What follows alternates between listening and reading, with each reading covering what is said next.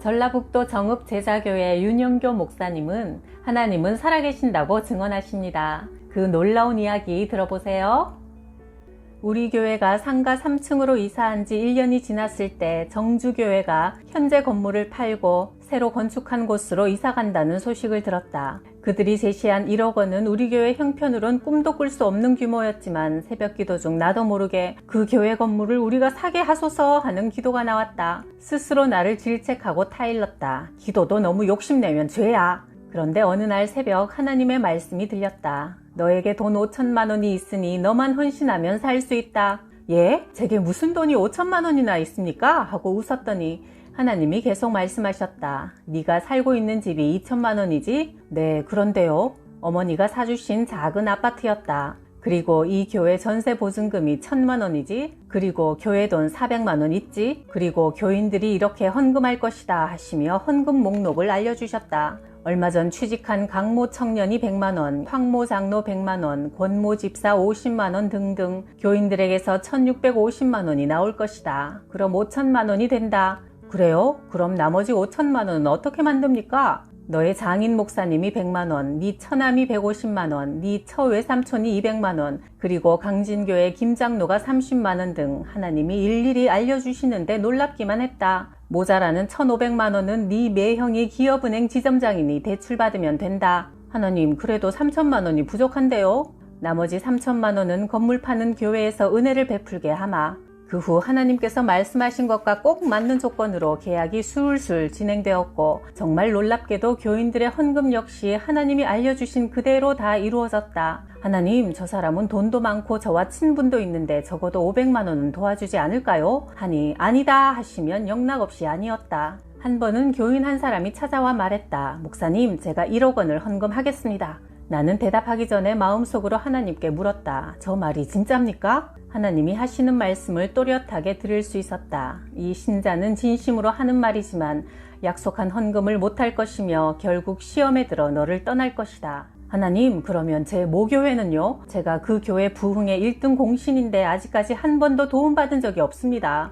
이번에 요청하면 도움을 받을 수 있겠습니까? 물으니 아니다, 한 푼도 안 줄 것이다 하셨다. 그 교회에 다니고 계시는 어머니가 말했다.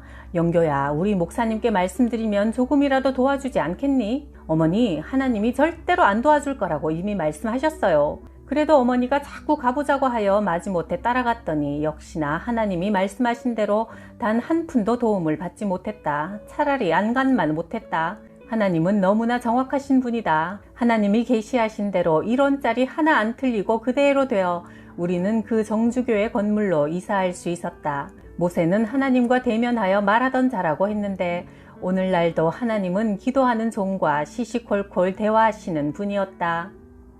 20살 무렵 나는 강진 제1교회에서 중고등부 학생회를 조직해 부흥을 위해 사력을 다했다. 그러던 어느 날 입대 명령서가 나왔다. 하나님, 이제 막 부흥하기 시작하는데 어린 학생들을 놔두고 제가 가버리면 어떡해요? 기도하며 논산 훈련소에 도착했다. 마침 그때 이상하게 발이 자꾸 가려워 긁다 보니 여기저기 상처가 났다. 군의관이 물었다. 이게 뭐야? 예, 밤에 나도 모르게 가려워 자꾸 긁었습니다. 집에 가고 싶은가? 네, 그렇습니다. 알았다. 악성 피부병으로 판정한다. 고향으로 돌아가. 그 후 광주 병무청에서 다시 검사를 받으니 방위병 근무로 결정이 났고 교회와 가까운 강진 예비군 중대본부로 배치되었다. 그 덕분에 교회 일을 계속 할 수 있게 되었다.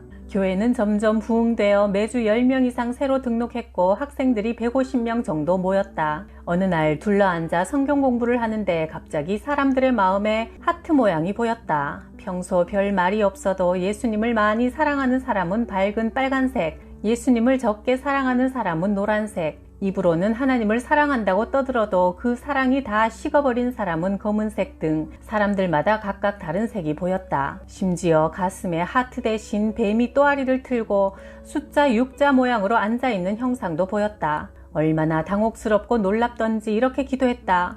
하나님, 제가 감당하기 어렵습니다. 이런 형상이 더 이상 보이지 않았으면 좋겠습니다. 그렇게 기도하고 나니 그 다음 날부터는 정말 아무리 보려고 해도 보이지 않았다. 이런 신령한 은사들은 내가 열심히 기도 생활하고 있을 때는 다양하게 주어졌고, 내가 기도 생활을 게을리하거나 마음이 세상으로 쏠리면 다시 떠나갔다. 어느 날은 사택 방 안에서 문을 닫고 기도하고 있는데 고집사님이 라면 2개를 들고 대문 밖 저 멀리서 걸어오고 계시는 모습이 환상으로 보였다. 그래서 밖으로 나가보니 정말 고집사님이 저 만치에서 오고 계셨다. 영교 선생, 배고프지? 뒷짐에 뭔가 감추고 계셨다. 정말 라면일까? 고집사님은 쓱 손을 내밀어 라면 2봉지를 건네셨다. 하나님은 내가 배고픈 줄 아시고 집사님을 감동시켜 라면을 들고 오게 하셨다. 참 자상한 아버지시다. 한 번은 집에서 기도하고 있는데 어머니가 방에 들어오셔서 가위가 어딨지? 하며 장롱 서랍을 열어보셨다. 내 눈에 가위가 서랍 3개 중 제일 아래에 있는 것이 보였다. 어머니, 제일 밑에 서랍에 있어요. 진짜 여기 있네. 어떻게 알았냐? 기도하다 보면 이런 일들이 수없이 일어난다. 내가 재수학원을 다닐 때 매일 교회 가서 기도했는데 초등학교 교사이신 아버지가 곧 돌아가실 거라는 마음이 자꾸만 들었다. 얼마 뒤 명절이 되어 아버지와 마주 앉아 밥을 먹는데 내 눈에 이상하게도 48살의 젊은 아버지 얼굴이 산 사람의 얼굴이 아니라 죽은 사람 얼굴로 보였다. 그때 아버지가 갑자기 간밤에 꾼 꿈 이야기를 하셨다. 내가 말이야, 고향인 강진읍 동백리로 가는 길 도중 산기슭 공동묘지를 지나는데 돌아가신 아버지와 어르신들이 앉아있다가 나를 보고는 담뱃대를 딱딱 치면서 왜 벌써 왔냐? 하시더라. 아버지는 그날 명절이라 큰 집에 가신다며 자전거를 끌고 집을 나섰다. 내가 불안한 마음이 들어 자전거 뒤를 잡고 말렸다.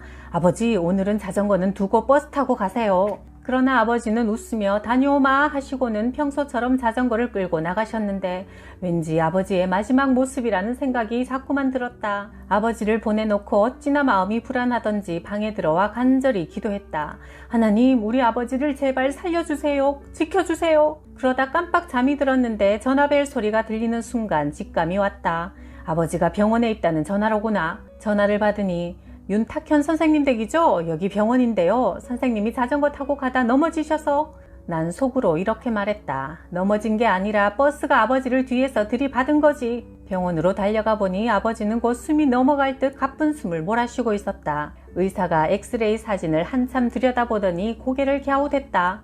참 이상하네. 어떻게 이렇게 다칠 수가 있지? 뼈에 금이 가도 중요한 부위는 모두 피해갔네. 그중 하나만 건드려도 죽거나 걸을 수 없는 장애인이 되는데 말이야. 참 신기해. 그날 뒤따르던 버스가 아버지를 뒤에서 들이받아 아버지는 공중으로 붕 날아서 논두렁에 떨어졌다. 그때 하나님은 매일 교회 가서 기도하던 내 믿음을 보시고 아버지를 살려주신 게 아닌가 싶다.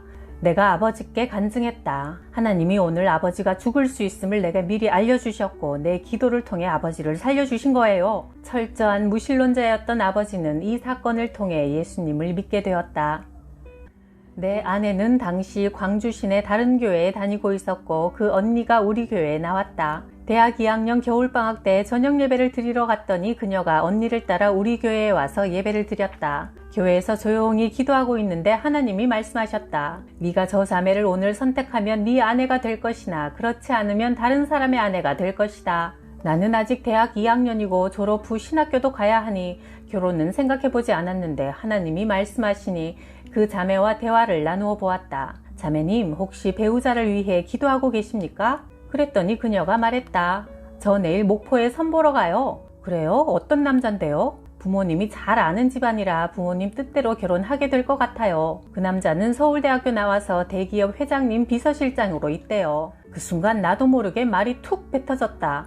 자매님, 나 어때요? 아내의 대답은 더 놀라웠다. 아멘! 다음 날 그녀는 목포에 내려가서 부모님께 말씀드렸다. 저 남자친구 생겼어요. 목사 될 사람이에요. 그러자 성결교단 목사님이신 그녀의 아버지가 그 남자 집에 전화를 했다. 죄송하게 되었네요. 우리 딸에게 애인이 있다네요. 상대방 남자 식구들은 맞선을 보려고 서울에서 목포까지 내려왔다가 헛걸음하고 가버렸다. 우리는 2년 동안 사귀다가 대학을 졸업한 뒤 결혼했다. 그 후 목사 아내 역할을 하느라 지금까지 고생만 한 게 미안해 내가 아내에게 말했다. 당신 그때 그 남자와 결혼했으면 부잣집 사모님이 되어서 잘 살았을 텐데 어쩌다 나 같은 사람 만나서 이렇게 고생을 하나. 참 재수가 없네. 아내는 웃었다. 더 고생했을지 어떻게 알아요? 지금 나는 행복해요. 여보, 고마워. 사랑해. 25살 때 나는 하나님을 꼭 한번 만나보고 싶었다. 그래서 100일 작정 철야 기도를 드렸다. 하나님, 한 번만 나타나 보여주세요. 추운 겨울 산꼭대기 바위 틈에 쪼그리고 앉아 기도하다가 휙 바람 소리에 혹 주님이 계신가 하고 구름을 쳐다보며 울었다. 100일이 지나도 하나님을 볼 수 없었다. 많이 실망하여 기도하던 어느 날 밤 예수님이 방 안에 서 계셨다. 그 얼굴의 광채가 햇빛보다 더 밝고 흰옷은 눈보다 더 희었다. 예수님은 가슴에 어린 양 한 마리를 안고 서 계셨다. 나는 그분을 보자마자 온 몸이 덜덜 떨리며 방바닥으로 한없이 꺼져갔다. 예수님이 손을 내 머리에 얹고 말씀하셨다. 영교야, 두려워하지 마라. 평안하라. 그동안 네가 기도한 것을 다 들었다. 그대로 이루어주마. 그러나 나는 예수님을 뵙는 것만으로 모든 것이 다 필요 없어졌다. 아닙니다, 주님. 안 이루어 주셔도 됩니다. 그러자 예수님이 다시 말씀하셨다. 성경에 기록된 말씀을 믿고 기도하는 것은 다 이루어 주마. 나는 이 사건을 통해 내가 본 예수님은 분명히 성경에 기록된 그 예수님이며 본래부터 계신 하나님이심을 깨달았다. 그 이후 내 가슴에 주님께 이끌리는 사랑의 자석이 생겨 영원히 예수님께 끌려가고 있다.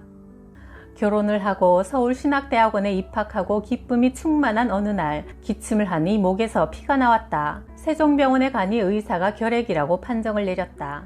독한 결핵약을 한 주먹씩 먹으니 건강은 더욱 안 좋아졌다. 한 달 동안 방 안에 누워 투병하며 하나님께 간절히 기도드렸다. 생각나는 모든 죄를 회개하고 또 회개했다. 어느 날 기도 중 하나님 음성이 들렸다. 결핵이 아니고 디스토마다. 다음날 아버지도 이런 말을 했다. 영교야, 너 혹시 결핵이 아니고 디스토마 아니냐? 나도 청년 때 디스토마에 걸렸었거든.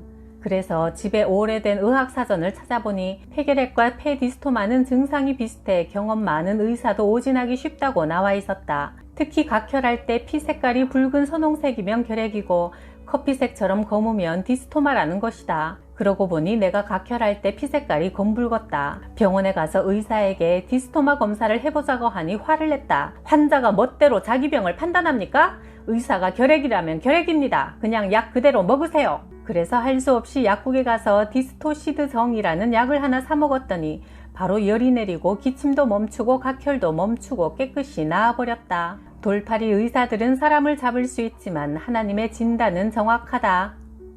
어느 주일 젊은 남자가 등록했다. 저는 여수가 고향인데 이번에 교사 임용고시에 합격했고 정읍으로 발령이 나서 왔습니다. 게다가 저희 집안은 순교자 집안입니다. 나는 참 기뻤다. 그가 2달쯤 우리 교회에 다니고 있을 때 기도 중 하나님이 이런 음성을 들려주셨다. 그 사람 신천지의 추수꾼이다. 다음날 새벽기도 시간에도 그 다음날에도 3번이나 강하게 말씀하셨다. 내가 정읍교육청에 그 청년이 진짜 교원 임용고시에 합격했는지 알아보니 그런 사람이 없다고 했다. 그리고 우리 교회 집사님 한 분이 사실은 그들과 한 달 전부터 성경 공부를 해오고 있다고 알려주었다. 그 사람이 저를 찾아와서 말했어요. 저에게 성경을 가르쳐 주신 엄청 존경하는 교수님이 계신데 마침 정읍에 오시게 되어 청년들과 함께 성경 공부를 하고 싶어 하십니다. 그런데 장소가 마땅찮네요. 집사님 댁을 좀 빌려주시면 참 감사하겠습니다. 그래서 집을 내주었는데 점점 성경 공부가 이상한 방향으로 흘러가서 수상하다고 생각했어요.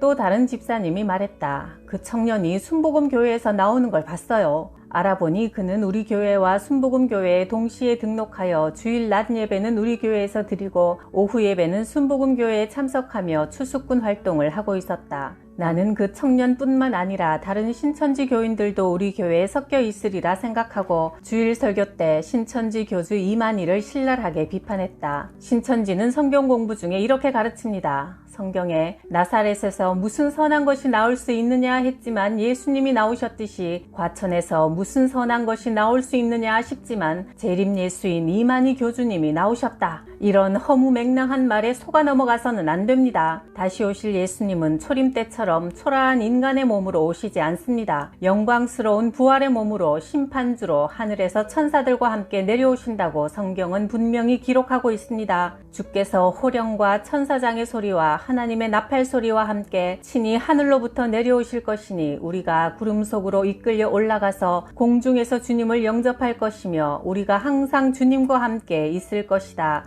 데살로니가전서 4장 16절 17절. 그러나 신천지 교주 이만희는 90세가 넘은 노인이니 곧 몇 년 못 살고 죽을 겁니다. 그가 하나님이면 늙겠습니까? 감히 예수님을 자칭하며 수많은 사람들을 꿰어 지옥으로 끌고 가는 그는 지옥 불구덩이 중에서도 가장 깊은 곳에 빠질 것입니다. 그러자 갑자기 어떤 중년 남자가 벌떡 일어나 예배 도중에 나가버렸고 몇 분 뒤에는 여자가 뒤쪽에서 쓱 일어나 나갔다. 예수님께서 이미 우리에게 경고하셨다. 많은 사람이 내 이름으로 와서 내가 그리스도라 때가 가까웠다 하여 많은 사람을 미혹할 것이나 그를 따르지 말라. 마가복음 13장 6절, 누가복음 21장 8절.